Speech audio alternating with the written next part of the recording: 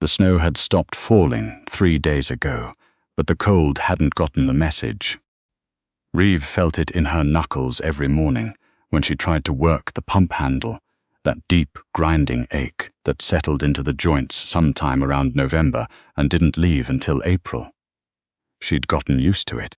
She'd gotten used to most things, living alone at the edge of the Gallatin range, where the nearest town was 6 miles of frozen road, and the nearest neighbor was a trapper nobody had seen since October.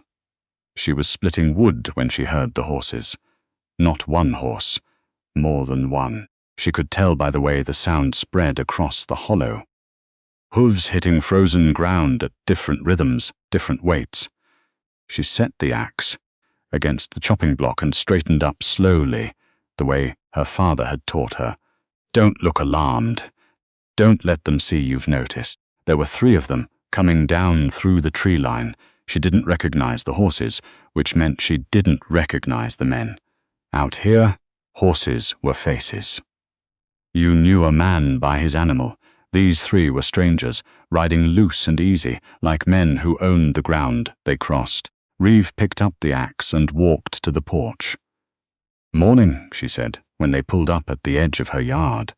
The one in the center, heavy through the shoulders, a wide-brimmed hat pulled low, didn't bother with pleasantries. His eyes moved across the cabin, the wood pile, the smoke rising from the chimney, cataloguing everything in the way men catalogued things they were thinking of taking. "You the widow that owns this parcel," he said. She wasn't a widow. She was 28 years old and had never been married, and the parcel had been her father's before it was hers. It's left to her when the fever took him 2 winters back. But she'd learned what men like this meant. When they asked questions like that, they meant, "Are you alone?" "I own this land," she said. "What can I do for you?" The man on the left, younger, with a reddish beard coming in, uneven, and a look in his eyes that Reeve didn't like, leaned over and said something to the man in the center, something quiet. The one in the center smiled, and not in any way that had warmth in it. "We're interested in this parcel," he said. "Got a buyer down in Bozeman willing to pay a fair price. Thought we'd come up and talk terms. It's not for sale. Most things are for sale," he said. "Some things take a little more conversation than others." The third man had moved, without Reeve quite seeing when it happened, to the right side of the yard, closer to the cabin door. She noted it the way she noted most things, quietly, without showing she'd seen. "I'd like you to ride back the way you came," she said. The man in the center dismounted. She had the axe, she had a rifle inside, above the door, but the door was 12 feet away, and the red-bearded one was watching her like he was waiting for exactly that kind of movement. She had the axe, and she was not a small woman, and she was not afraid of them. She was something more useful than afraid. She was clear-headed, and her hands were steady, and she had been splitting wood for 2 hours, and her arms were not tired. "Now, let's not make this harder than it needs to be," the center man said. He came around his horse, slowly, like he had all the time in the world. She swung the axe, not at him, at the horse. A flat-handed blow, to the flank, with the handle, enough to startle it, enough to make it shy sideways and send the center man stumbling back to grab the bridle. It bought her 2 seconds. She used them to back toward the door. The red-bearded one was off his horse, faster than she expected. He got to the porch before she got to the door, and his hand closed around her wrist, the axe wrist, and she let the axe go because she'd been hoping he'd try that, and brought her elbow into his nose with everything she had. She felt the cartilage give. He let go. She got the door open. She got inside. She got her hands on the rifle. The third man hit the door before she could get it shut, and she went down hard on the cabin floor, the rifle spinning away across the boards, and she was thinking, clearly, without panic, "Where is it? Which direction can I get there?" When the sound hit. Not a gunshot. Not a shout. A door. The back door, which nobody used because the hinges were rusted, which she had not been able to open herself since October, which required a certain amount of force she hadn't been able to apply from the inside. It came open like a wall falling down, and Doyle came through it. She hadn't known his name was Doyle, not then. She didn't know anything about him except that he came down off the mountain a few times a year for supplies, and that he was the largest human being she had ever seen in person, and that the trapper's cabin up on the north face had been smoking since the first week of November, which meant he hadn't left for the winter like she'd thought. He filled the back doorway, the way weather fills a room. He didn't say anything. He didn't have to. The third man, the one who'd taken the door off her, turned around, and whatever he saw in Doyle's face made him take a step backward without seeming to decide to do it. The center man, still outside, called something through the front door. The red-bearded one, who had come into the cabin behind the third, was pressing his sleeve against his nose and glaring at Reeve with watering eyes. Doyle looked at each of them once. Then he said, in a voice that was not raised, that didn't need to be raised, "You have about 30 seconds to get yourselves and your horses off this woman's land." Nobody moved. Doyle took one step forward. They moved. She made coffee after. It felt like the only reasonable thing to do with her hands. The cabin was cold. The back door was ruined, hanging off one hinge, and the fire had died down while they were elsewhere, and she built it back up and set the pot on the stove and focused on those small tasks because they were manageable, and the rest of the morning had not been. Doyle stood in the center of the room and looked at the door he'd come through. "I'll fix it," he said. "I know you will," she said. "Sit down." He sat, but the way very large men sometimes sat in chairs that weren't quite built for them, careful, like he was aware of taking up too much space. She put a cup in front of him and poured and sat across the table. "How long were you watching?" she said. "Long enough to know you weren't going to need me for the first part," he said. "But you came anyway." He wrapped both hands around the cup. His hands were extraordinary, not in a way she could have easily described, just in the sense that they looked like they had done serious work for a long time and had the shape to prove it. There was a scar across the back of the left one, old and white, the kind of scar that has a story behind it that nobody asks for politely. "I came anyway," he said. They drank coffee, and the fire rebuilt itself, and outside the wind picked up and moved through the broken door in a way that would become a problem by evening. "Doyle," she said. She'd learned it from the supply merchant in town, years back, who'd mentioned him in passing. "There's a man up on the north face, Doyle, been up there 7 years, comes down twice a year, doesn't talk much, sees in cash." That had been the whole of it. "Reeve," he said. He'd learned hers the same way, probably. "Those men are going to come back," she said, "or they're going to send someone else. I know. The land has water rights attached to it. My father registered them 20 years ago. Someone in Bozeman has figured out what that means for the new rail line." She'd been putting this together since summer, since the first man had come up asking about the parcel, politely, that time. "It's worth more than I am is the problem." Doyle looked at her for a moment. He had grey eyes, the kind of grey that changes depending on the light, and she had the impression, she couldn't have said why, that he was a man who had made a number of decisions in his life by looking at a situation plainly and doing what the situation called for, without much drama about it. "Stay here through the winter," he said. She'd expected him to leave. She hadn't expected that. "That's my cabin," she said. "I know. I'm not going anywhere." "I didn't say go anywhere. I said I'd stay." He looked at the ruined door. "You can't get through the winter alone with a broken back door and 3 men who know where you are." She wanted to argue with this. The reasonable part of her, the part that had been calculating odds since that morning, calmly, the way she did everything, knew that he was right. "You'd leave your place," she said. "My place'll keep. It's the whole winter." "I've spent worse winters," he said, and something in the way he said it closed that line of inquiry as effectively as a door. She poured more coffee. She looked at the broken door. She thought about the 3 men on those horses and the buyer in Bozeman and the water rights her father had registered with such care because he'd known, even then, that water was the thing. "There's a cot in the back room," she said. He nodded.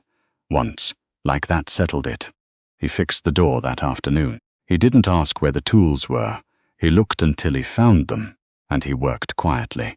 And by the time the light started going, he had it rehung, and the frame repaired, and a new latch set that was considerably more substantial than the old one. She watched from the window, ostensibly checking the weather, and thought about what it meant to let a person into the life you'd built carefully around being alone. She'd been alone for 2 years. After her father died, she'd had a few months of feeling like she was waiting for something, for the loneliness to lift, for some part of herself to stop to decide what happened next.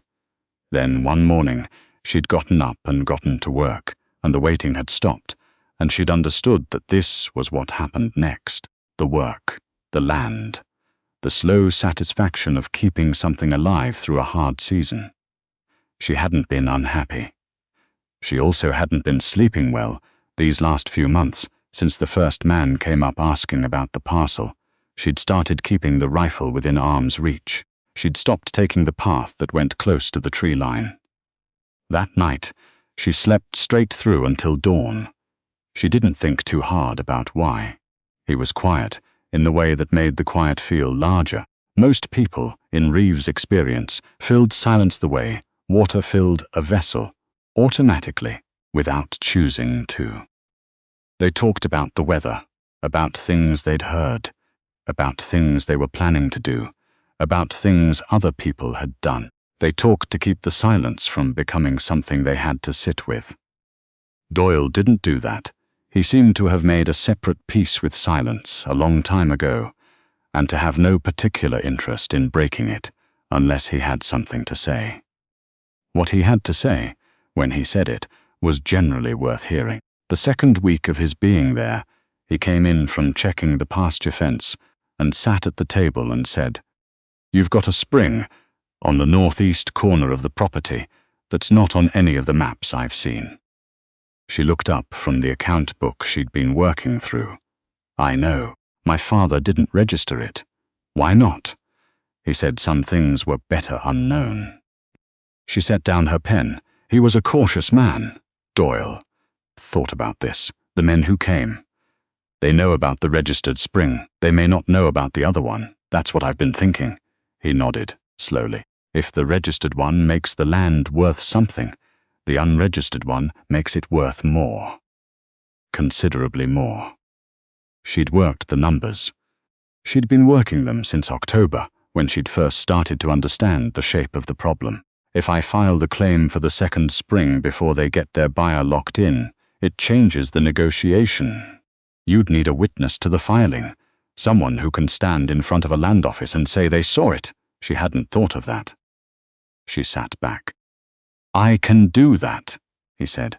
She looked at him. "You'd go to town. I'd go to town." This, she understood, was not a small thing. She didn't know all of it. She didn't know what had put him on the north face for 7 years, what he'd left behind, or what had left him. But she knew enough about men who chose mountains over towns to understand that going back down, standing in a land office, putting his name on a document, was not something he offered lightly. "Why?" she said. He met her eyes. "Because it's the right thing to do," he said, "and because you shouldn't have to fight this alone." The fire crackled. Outside, the wind moved through the pines in that long, low way it had in January, like a sound from the bottom of something. She didn't say anything. She turned back to the account book, but her hands had gone a little unsteady, and she set the pen down and kept her eyes on the page until they weren't any more. They rode to town on a Tuesday, when the road was hard-packed and the weather held. She hadn't been in 3 weeks. He hadn't been, she suspected, in considerably longer. He moved through the main street with the careful attention of someone noting changes, cataloguing what had shifted since the last time, the new storefront and the burned-out shell of the old feed store, and the fact that there was a second deputy, now one he didn't recognize. He didn't say any of this. She just watched his eyes and understood it. The land office was a small room at the back of the courthouse, smelling of paper and old wood, and the particular bureaucratic staleness that seemed to accumulate in rooms where important things were decided by men who were tired of deciding them. The clerk was young and wore his authority like a coat, 2 sizes too large. He looked at Reeve with the particular brand of skepticism applied to women who came in alone to do things men usually came in to do. And then he looked at Doyle, and the skepticism evaporated. She'd noticed this before in life, the way a very large, very calm man rearranged a room just by being in it. She filed the claim. The clerk witnessed it. Doyle signed his name in the witness line in handwriting that surprised her, neat and deliberate, the handwriting of someone who had been educated carefully and had kept the habit. Outside on the courthouse steps, she turned to him. "That's done then," she said. "That's done." The street was ordinary around them, a wagon going past, 2 women talking outside the dry goods store, a dog investigating something near the water trough, the ordinary world proceeding. "Those men," she said, "they'll find out. Probably. And they'll come back." "Probably," he said again. He was looking at the street, but in a way that was also looking at something else, some calculation, some assessment of what would happen next and after that. "But it'll be different now, legally different. It changes what they can do and how they can do it. It doesn't stop them from coming." "No," he looked at her. "But I'll be there when they do." She wanted to say something about that, about what it meant, and how long he meant to stay, and what happened at the end of winter when the mountain became passable again. She wanted to ask all the things she hadn't asked, because she'd been too careful or too stubborn or too accustomed to not asking. She didn't ask any of them. Not then. She just walked back to where the horses were tied and checked the cinch on her saddle, and he came up beside her and untied his horse. And they rode back up through the snow-banked trees in the quiet that they'd gotten used to sharing, which was different from the quiet that had come before. They came back in February, the same 3 men, and this time there was a 4th.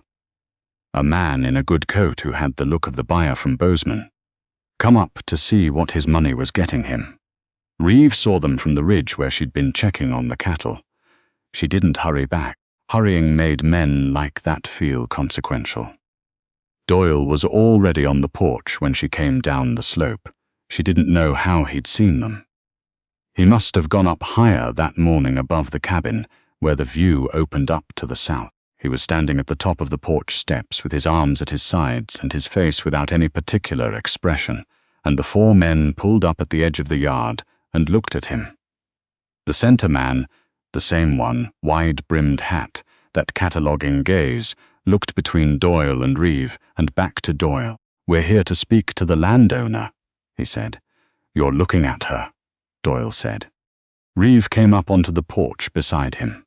She looked at the man in the good coat, the buyer, the one this was really for.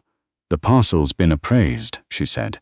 "Both springs, including the one my father didn't register. The water rights are filed with the Territorial Land Office. The claim is witnessed and recorded." The man in the good coat's expression shifted in a way that was almost interesting to watch. He'd come up expecting a widow alone in a cabin, and he was seeing something different. "There's no reason we can't discuss," he started. "The land isn't for sale," Reeve said. "It wasn't for sale in November, and it isn't for sale now. What you do with that information is your business." Silence. The horses shifted. The red-bearded one, his nose heeled but still slightly off-center, looked at Doyle with the specific hostility of a man who remembers being embarrassed. The center man looked at Doyle for a long moment, doing that calculation, running whatever numbers men like that ran when they were deciding whether something was worth it. He decided it wasn't. "Ride on," he said to his men. They rode. Reeve watched them go until they were back in the tree line, and the sound of the horses had faded into the wind. Then she let out a breath she'd been holding since she'd seen them from the ridge. Doyle didn't say anything. She didn't need him to. March came in with a cold snap that froze the creek solid and kept them inside for 4 days running, which was either too much or not enough, depending on the hour. She learned things about him the way you learn things about a place, slowly, by moving through it, by noticing what was there and what wasn't. He'd been a surveyor before the mountain. He'd had a family, a brother he was close to, and something had happened. She didn't know what, didn't ask, and the mountain had been the answer to whatever question that left him with. He knew plants and weather, and the behavior of animals in ways that made him genuinely useful in a crisis, and occasionally made her feel like she'd been doing things wrong for years. He made good biscuits. This seemed incongruous, given everything else about him, and she said so once, and he said his mother had taught him, and something in the way he said it ended the conversation, and she let it end. She told him about her father. She didn't usually talk about her father. It felt like holding a wound open, the kind that needed to stay closed to heal.